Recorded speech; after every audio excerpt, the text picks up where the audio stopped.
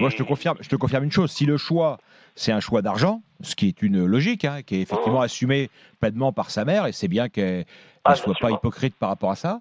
Effectivement, Paris n'a aucun rival. Paris lui a proposé 400 millions d'euros pour 4 ans. C'est-à-dire que il gagne aujourd'hui, d'après ce qui est dit dans le documentaire là, 100 millions d'euros, tout revenu confondu. C'est-à-dire plus revenu publicitaire confondu. Là, Paris est prêt à lui offrir 100 millions d'euros de salaire. Ils vont lui offrir. Et puis juste une parenthèse, ce chiffre, ça, c'est quoi? C'est info C'est info. D'accord. Info Stéphane Guy. C'est info, oui. Enfin, c'est info. Je veux dire, j'ai pas lu le contrat, mais effectivement, c'est de bonne source ce qui m'a été confirmé. Ouais. Et Kevin me disait qu'il comprendrait pas si Mbappé restait à Paris. Mais si, il faut comprendre. C'est que c'est une machine. Pour avoir une idée, Ronaldo au Real, peut-être qu'on demandera à Fred Hermel tout à l'heure, mais c'est 30 hein, je crois.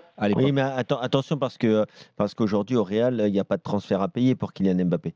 Donc si tu englobes la prime à la signature plus les émoluments ensuite annuels en termes de salaire. Après, moi je pense qu'à un moment, Kylian Mbappé ne fera pas forcément toujours le choix de l'argent.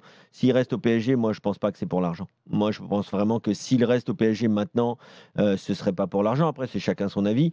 Bien sûr que ça joue, c'est clair, mais pour moi, ce ne sera pas son élément principal. Je pense que s'il décidait dans les prochaines semaines ou les prochains mois de prolonger au Paris Saint-Germain, c'est vraiment pour aller la chercher, cette Ligue des Champions. Les gars, juste avant l'égalisation de l'Égypte, match de Cannes face au Ghana, 2 buts partout désormais dans ce deuxième match de poule. Gilbert qui a un problème de faisceau, il ne voit pas l'image, il y aura peut-être le meilleur moment de ce début de Cannes.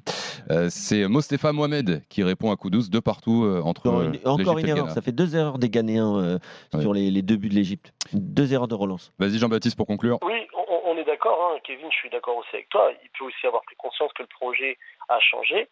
Mais il y a un projet qui n'a pas changé au PSG, c'est de mettre encore plus d'argent sur Kylian Mbappé. Oui, donc, non, mais ça, je suis d'accord, mais je vais pas te sortir la phrase très banale.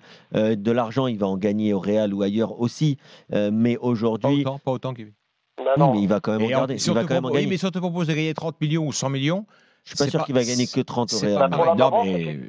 Pour la maman, la part des 30% qu'elle prend, comme elle le dit très bien dans le documentaire, les 30% ne sont pas les mêmes s'il est au Real.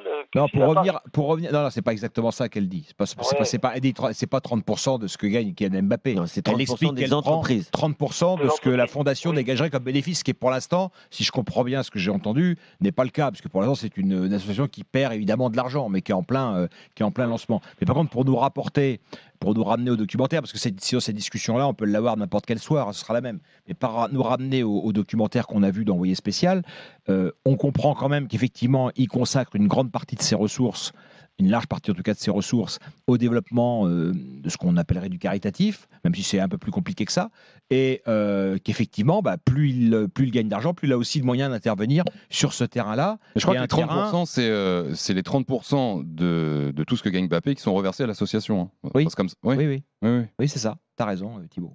Non, j'ai pas compris ça. De ces sociétés. Oui, qui sont reversés à l'association.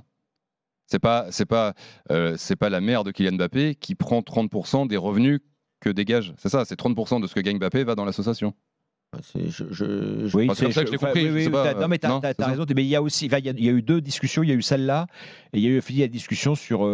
Elle explique qu'elle fait pas ça non plus. Elle s'investit pas 23 heures sur 24 pour la beauté du geste, qu'elle est aussi concernée par les revenus. Mais c'est vrai que, mais pour être plus précis, effectivement, je me suis trompé. Tu as raison, c'est 30% des revenus d'Mbappé qui sont dirigés vers l'association. Je remercie Jean-Baptiste d'avoir été avec nous au 32-16. Merci JB, passe une bonne soirée et à très vite dans l'after. Donc, même s'il faut quand même rajouter, et ils en parlent dans le reportage, et c'est très bien de le faire quoi qu'il arrive, mais il y a bien sûr une part de défiscalisation dans ce montage aussi, mais tout le monde ne le fait pas, et donc c'est quand même très très très louable. Et donc on peut rappeler ce soir dans l'after info SG61 Stéphane Guy de l'Orne, le PSG aurait proposé 100 millions par an de salaire sur 4 ans, c'est ça en plus? Sur 4 ans.